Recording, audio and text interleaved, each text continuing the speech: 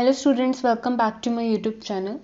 So let's start with exercise 10.4. So previous videos में मैंने solved examples for exercise 10.4 upload कर दिए हैं. You can watch that. Now let's see question number 1 and that is very easy. If you know simply the formula of what is cross product, right? So यहाँ पे आपको exactly cross product of A and B का ही आपको निकालना है with value आपको A vector and B vector given है. ठीक है. सो यहाँ पे सबसे पहले मैं फॉर्मूला लिख देती हूँ क्रॉस प्रोडक्ट का and that is determinant form में होता है ये आई जे के एंड वेयर सपोज आपको ए एंड बी का निकालना है यहाँ पे क्रॉस प्रोडक्ट तो वेक्टर ऑफ ए के जो कंपोनेंट्स हैं वो यहाँ पर आएंगे 1 -7 7 एंड बी के जो कंपोनेंट हैं दैट मीन्स 3 -2 एंड 2. सो यहाँ पे इसको डिटर्मिनेंट की फॉर्म में जैसे चैप्टर 4 है आपका वैसे ही कैलकुलेट करेंगे एग्जैक्टली. सो यहाँ पे आई सो मैं इन दोनों को क्रॉस कर रही हूँ -7 × 2 -7 × -2. सो ये आपका आई के साथ हो चुका है. नाउ माइनस जे की पोजीशन पे अगर डिटर्मिनेंट को कैलकुलेट करना है तो 1 × 2 -3 × 7 प्लस के एंड आपको पता ही है अगर आपने प्रीवियस वीडियोस मेरी देखी हैं जिसमें मैंने आपको इंट्रोड्यूस करा था कि क्रॉस प्रोडक्ट क्या होता है और कैसे निकालते हैं तो मैंने उसमें आपको बताया था कि क्रॉस प्रोडक्ट का जो आंसर आता है वो again in the form of vector ही आता है. सो यहाँ पे आपको ये जो सॉल्व करने के बाद वैल्यू देखने को मिलेगी अगेन वो क्या होगा वेक्टर की फॉर्म में ही आएगा. लेकिन अब जबकि क्वेश्चन में क्या बोला हुआ है कि क्रॉस प्रोडक्ट फाइंड आउट करते करते आपको उसका मैग्नीट्यूड निकालना है, राइट. सो यहाँ पे ए क्रॉस बी हमने पहले कैलकुलेट करना है. सॉरी यहाँ पे मैग्नीट्यूड नहीं आएगा अभी, राइट. सो अभी हम क्या निकाल रहे हैं A cross B and that is called cross product of two given vectors, right. So पहले हम ये कैलकुलेट कर रहे हैं after calculating the value which we get as a vector again तो उसका हम निकालेंगे मैग्नीट्यूड. वो हमारा फाइनल आंसर होगा जो कि हमें क्वेश्चन में पूछा गया है. सो के के साथ क्या आएगा 1 × -2 -3 × -7. सो यहाँ पर -14 this is positive now so +14 2 -21. सो यहाँ पर क्या आएगा -2 प्लस हो जाएगा ये 21. So what is the value of this 0 आए माइनस माइनस माइनस की फॉर्म में कैलकुलेट होगा तो ये पॉजिटिव कर देगा. सो 19j and this is again positive 19k. सो ये आपके पास क्रॉस प्रोडक्ट निकल के आ चुका है ए एंड बी का एंड अब आपको निकालना है इसका मैग्नीट्यूड. दैट इज बहुत ही ईजी है 0 का स्क्वायर प्लस 19 का स्क्वायर प्लस 19 का square that is 289 plus 289 and that is 596 and इसको आप इस तरह से भी लिख सकते हो. So this is the final answer for question 1. I hope आपको इजीली समझ आ गया हो. Now let's move to question number 2. So question number 2 में आपको फाइंड करना है एक यूनिट वेक्टर जो कि परपेंडिकुलर है to each of the vector this and this where A आपको गिवन है बी वेक्टर आपको गिवन है. तो सबसे पहले आपको फाइंड क्या करना है सबसे पहले वो देखते हैं. आपको क्या फाइंड आउट करना है यूनिट वेक्टर फाइंड आउट करना है. नाउ यूनिट वेक्टर किसका फाइंड करना है जो कि परपेंडिकुलर है. ये जो यूनिट वेक्टर है परपेंडिकुलर है of each of these two, right. So अगर मैं इस तरह से इसको ड्रॉ करती हूँ suppose this is my A plus B this is A minus B. So ये वैल्यूज आपको इजीली कैलकुलेट करके कहाँ से मिल सकती हैं क्योंकि आपको ए वेक्टर गिवन है बी वेक्टर गिवन है तो आप ए प्लस बी वेक्टर भी कैलकुलेट करेंगे सबसे पहले. Then you have to find A minus B vector. उसके बाद आपके पास ये भी एक वेक्टर की फॉर्म में आएगा ये भी एक वेक्टर की फॉर्म में आएगा. तो ये जो टू वेक्टर्स बनकर आएंगे तो ये जो टू वेक्टर्स हैं इन्हीं के ऊपर वो परपेंडिकुलर हो रहा है यूनिट वेक्टर. तो ये सपोज मैं इसको नाम दे देती हूँ सी वेक्टर, जो कि अभी हमने मिलेगा हमें अभी आगे जाके, अभी हमें पता नहीं है कि ये क्या वैल्यू देगा अभी। ठीक है, तो हमने क्या बनाया, एक ऐसा यूनिट वेक्टर जो कि परपेंडिकुलर है इन दोनों वेक्टर से। ठीक है, नाउ ये जो दोनों वेक्टर्स हैं परपेंडिकुलर है इस अकेले यूनिट वेक्टर के, राइट। सो लेकिन अभी ये वेक्टर है, इसी का जो वैल्यू हमें मिलेगी तो उसका हम क्या निकालेंगे, यूनिट वेक्टर, तो वही हमारा आंसर होगा।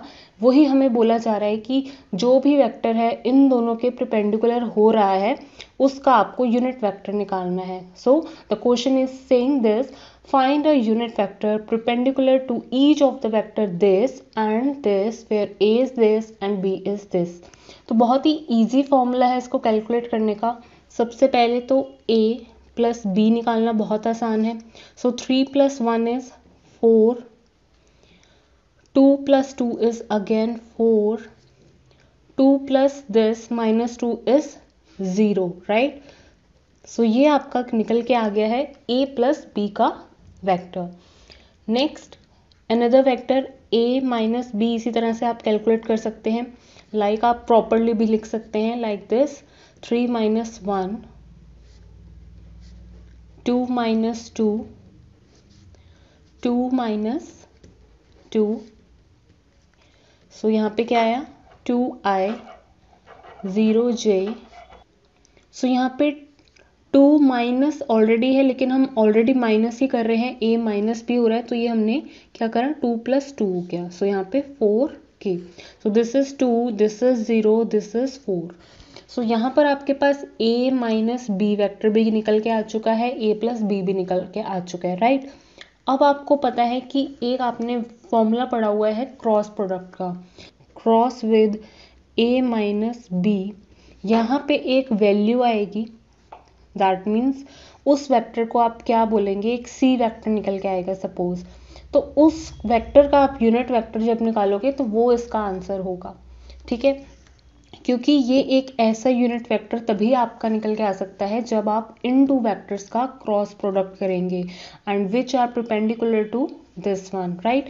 सो यहाँ पर क्रॉस प्रोडक्ट की डेफिनेशन अप्लाई करते हुए यहाँ पे आपको एक वेक्टर मिलेगा जिसका आपको यूनिट वेक्टर निकालना है। सो फर्स्ट ऑफ ऑल आपको 2 vectors in the form of this exactly मिल चुके हैं। तो यहाँ पर मैं डिटर्मिनेंट की हेल्प से क्रॉस प्रोडक्ट निकाल लेती हूँ।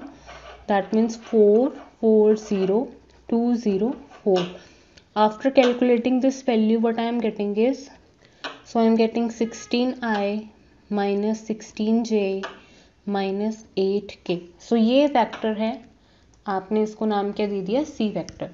तो ये एक ऐसा वेक्टर निकल के आया है आफ्टर क्रॉस प्रोडक्ट, जो कि एक ऐसा वेक्टर है जो कि परपेंडिकुलर है। अब परपेंडिकुलर इसलिए होगा, हम यहाँ पे इसका क्या निकाल देंगे, unit vector, right. So this is again a vector, आपको उसका बस यूनिट वेक्टर निकालना है जो कि परपेंडिकुलर ही था ऑलरेडी इन टू वेक्टर्स के। So now simply C vector की वैल्यू आपको पता ही है। So the unit vector of C is, जो कि इस तरह से होगा, राइट। सो नाउ आपको क्या फाइंड आउट करना है, मैग्नीट्यूड ऑफ दिस। सो तभी आपका ये complete unit vector find out होगा इस तरह से फॉर्मूला में पुट करते हुए। सो यहाँ पर हम मैग्नीट्यूड निकालते हैं सी का। सो हमारे पास मैग्नीट्यूड ऑफ सी की वैल्यू क्या आएगी, 16 का स्क्वायर, 16 का स्क्वायर प्लस 8 का स्क्वायर। इसको कैलकुलेट करेंगे, 256 plus 256 plus 64 and that is overall add करके 576, जो कि किसका स्क्वायर है, 24 का। सो यहाँ पर ऊपर मैं सी वेक्टर की वैल्यू रख रही हूँ 16i minus 16j minus 8k divide by 24।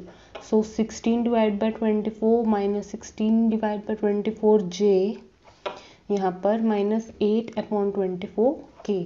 Again यहाँ पर डिवाइड एंड कट करोगे तो आपको क्या मिलेगा value, 2/3i minus 2/3j minus 1/3k। सो ये है आपका यूनिट वेक्टर जो कि फाइंड आउट करने को आपसे बोला गया था। If a unit vector this makes angles π/3 with i, π/4 with j and an acute angle theta with k, then find theta and hence the components of a vector.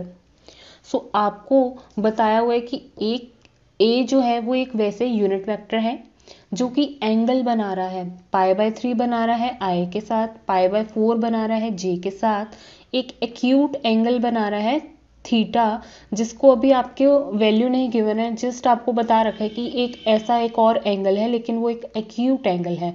Now what is acute angle?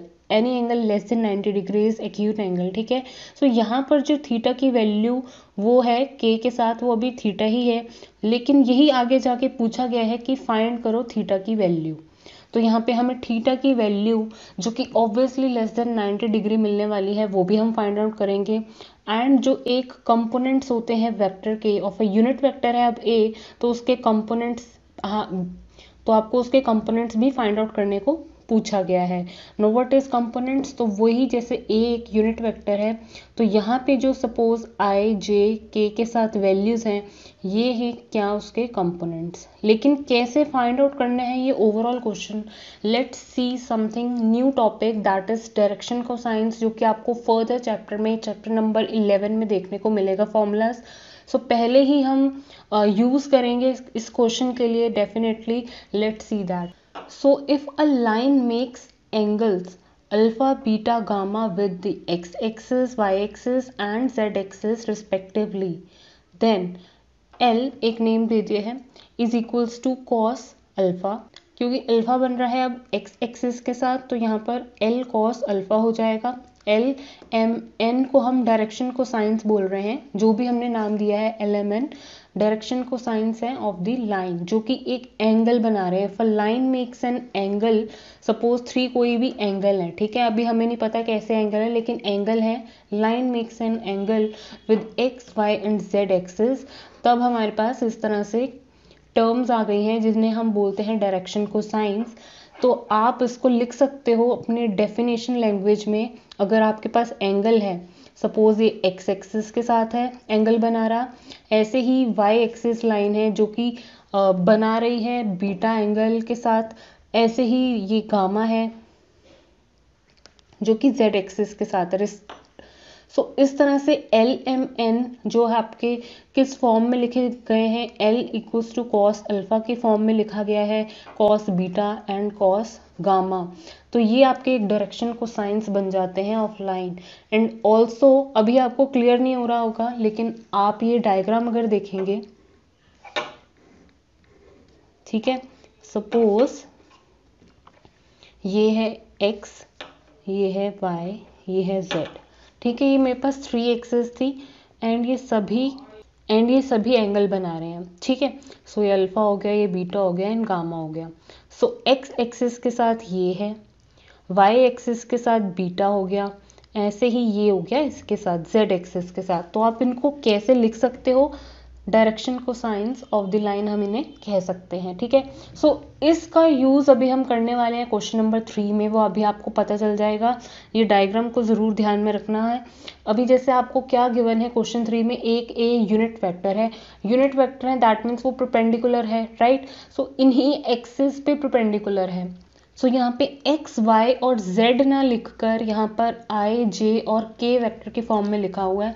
तो यहाँ पे अगर मैं diagram बनाऊं, सो this is i, this is j, this is k, तो ये suppose in सबके angles हैं. ठीक है, सो जो कि बता रखा है कि एक π/3 बना रहा है, एक π/4 बना रहा है और एक का नहीं पता, जिसका नाम है थीटा, जो कि एक्यूट एंगल है. ठीक है, सो एक यूनिट वेक्टर है एक, जो कि एंगल यही सब बना रहे हैं. सो यहाँ पे मैं एक ए ले रही हूँ वेक्टर, जो कि सबके परपेंडिकुलर है, राइट. सो आपको इस वेक्टर के कंपोनेंट्स निकालने हैं, प्लस ये थीटा की वैल्यू फाइंड आउट करनी है. ठीक है, कंपोनेंट्स ऑफ ए निकालने हैं, plus what is you have to find theta की वैल्यू. सो वो बहुत इजीली फाइंड आउट अब आप कर सकते हैं नाउ, क्योंकि आप इन एंगल्स को लिखना जान चुके हैं. अगर ये lines x y z axis की फॉर्म में सपोज करके आप इनको मानकर चलो, तो आपका एल क्या बनता है, कॉस अल्फा. सो लेकिन यहाँ पे अल्फा नहीं लिखने की ज़रूरत, यहाँ पे π/3 भी लिख सकते हो. अब सपोज कंफ्यूजन ना हो तो मैं π/3 को अल्फा दे रही हूँ नेम, π/4 को बीटा दे रही हूँ नेम, एंड थीटा जो कि आपने फाइंड आउट करना है वो गामा के नाम से जाना जाएगा। ठीक है, अब आपको पता है कि L को आप कॉस अल्फा लिखने वाले हो, डायरेक्शन को साइन सब आपको इसकी पता चल चुकी है, कैसे निकाल सकते हो आप इजीली। M क्या लिखोगे, कॉस बीटा, एंड N क्या लिखोगे, cos gamma. Now what you have to do is, अब आपको अल्फा बीटा की वैल्यू तो पता है, π/3 π/4 जो कि आप इजीली कैलकुलेट कर सकते हो, एंड इसकी नहीं पता तो आप यहाँ पे सिंपली थीटा डाल दो। एक और फॉर्मूला मैंने अभी आपको दिखाया था, let's take a look again. ये नोट कर लो कि आपके जो डायरेक्शन को साइंस LMN के तीनों का स्क्वायर करके उनका सम करोगे वो एग्जैक्टली इक्वल्स टू 1 होगा। सो आप क्या करोगे, L की वैल्यू इजीली निकल सकती है, यहाँ पे क्या वैल्यू आएगी, π/3। सो अब L की वैल्यू क्या हो गई, cos 60 डिग्री क्या होता है, 1/2। सो L की वैल्यू आपके पास आ चुकी है। इसी तरह से M की वैल्यू फाइंड आउट करते हैं, that means cos of beta. Now beta is π/4, so that means 45 degree cos में कितना होता है, 1/√2। सो M की वैल्यू भी आपके पास आ चुकी है। Now you don't know the value of cos gamma, as यहाँ पे सिर्फ वो थीटा ही दे रखा है, तो कोई बात नहीं, आप ऐसे ही लिख दो। Now you know the formula of direction cosines, L² M² N², इन सभी डायरेक्शन कोसाइंस जो आपने निकाली हैं इस डायग्राम को देख के, and all the values of angle आपको जो गिवन थी उनका स्क्वायर करने वाले हैं हम, और उनका सम किसके इक्वल आएगा, इक्वल्स टू 1। सो हम इस वैल्यू को पुट कर देते हैं। M क्या होगा, 1/√2 का स्क्वायर, और यहाँ पे क्या होगा, cos square theta equals to 1। This is 1/4 and this is 1/2, this is cos square theta equals to 1। इसको इन टू वैल्यूज को उधर शिफ्ट करते ही मेरे पास क्या वैल्यू आ रही है, 1 माइनस लाइक दिस, एलसीएम लेंगे 4 - 2 - 1, दैट मीन्स 1/4, और यहाँ पे क्या चल रहा है, cos square theta. Now cos square theta is equals to 1/4, square उधर जाएगा, सो डेफिनेटली आपका एक्यूट एंगल है, पॉजिटिव वैल्यू ही हम लेके चल रहे हैं, तो आपको पता है पॉजिटिव ही लेना है। सो √1/4 को कैलकुलेट करेंगे हम, तो क्या वैल्यू आई, 1/2। So cos theta equals to 1/2, that means theta निकालना था, cos को उधर शिफ्ट करेंगे, cos इनवर्स 1/2 हो जाएगा। इसको कैलकुलेट करोगे, यहाँ पे cos का ऐसा कौन सा एंगल है जो आपको 1/2 वैल्यू देता है, तो अभी आपको वही पुट करना है। सो that means cos inverse cos π/3 रखना है। सो cos इनवर्स cos कैंसिल, π/3 आपकी थीटा, जो कि एक्यूट एंगल आपको बोला गया था फाइंड आउट करने के लिए, जो कि k के साथ बनाना था, वो आपने फाइंड आउट कर लिया। सो दीज LMN जो हैं आपके, वो ही एग्जैक्टली क्या है, आपके कंपोनेंट्स बन जाएंगे।